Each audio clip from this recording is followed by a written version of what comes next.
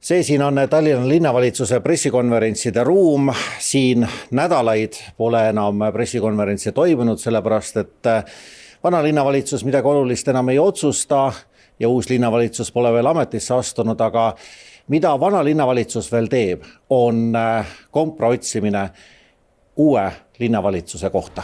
Tallinna linn vaatab üle Keskerakonna aegseid lepinguid, mis seotud kodurahu programmiga. Pärast pronksiööd loodud ja 2024. aastani kestnud integratsioonirahastu on läbi põletanud miljoneid.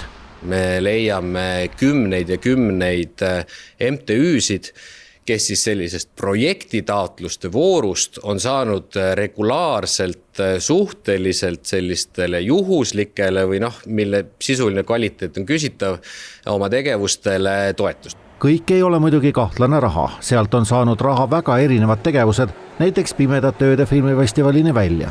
Aga esiplaanile on nüüd tõstetud Keskerakonnaga seotud ühingud.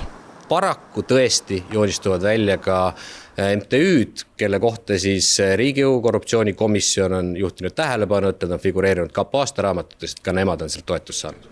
Keskerakond on muutunud ning asju tuleb vaadata ka lepingute sõlmimisel teadaolnu kontekstis, ütleb erakonna esindaja.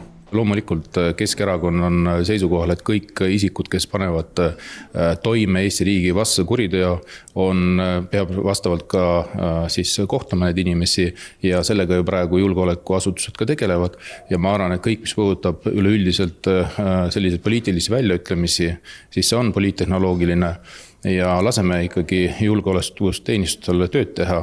Koduraha programmi palusid uurida Riigikogu korruptsioonivastase erikomisjoni liikmed ning eks jää poliitikute südametunnistusele, kui suur osa huvist on soov tõe järgi ning kui suur soov on loopida kaikaid Isamaa ja Keskerakonna võimukõnelustesse.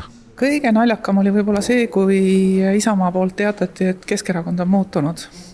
No Keskerakond ei ole kindlasti muutunud, et nad endiselt ei suuda tunnistada, et kriminaalkaristus oli nende suhtes õiglane, et nad olid selle ära teeninud.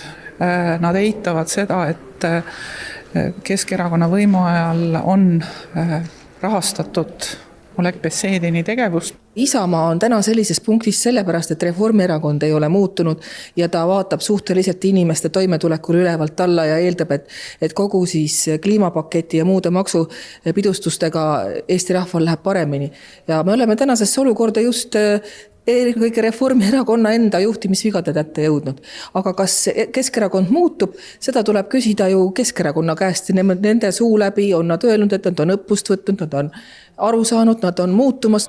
Solman ja Laatsi ei unusta mainimast, et samal ajal kui Tallinna sotsiaaldemokraadid kritiseerivad Isamaad, et see teeb koostööd Keskerakonnaga, kes tegi koostööd kapo kinnipeetud Oleg Bešediniga, sõlmisid Narva sotsiaaldemokraadid ehk sotside juhatuse liige Katri Raik koalitsioonileppe Mihhail Stalnuhhiniga, mehega, kes 1. novembril ütles Itaalia Kanal 5 интервьюs järgmist. Мы надеемся на разум тех людей, которые находятся у руководства.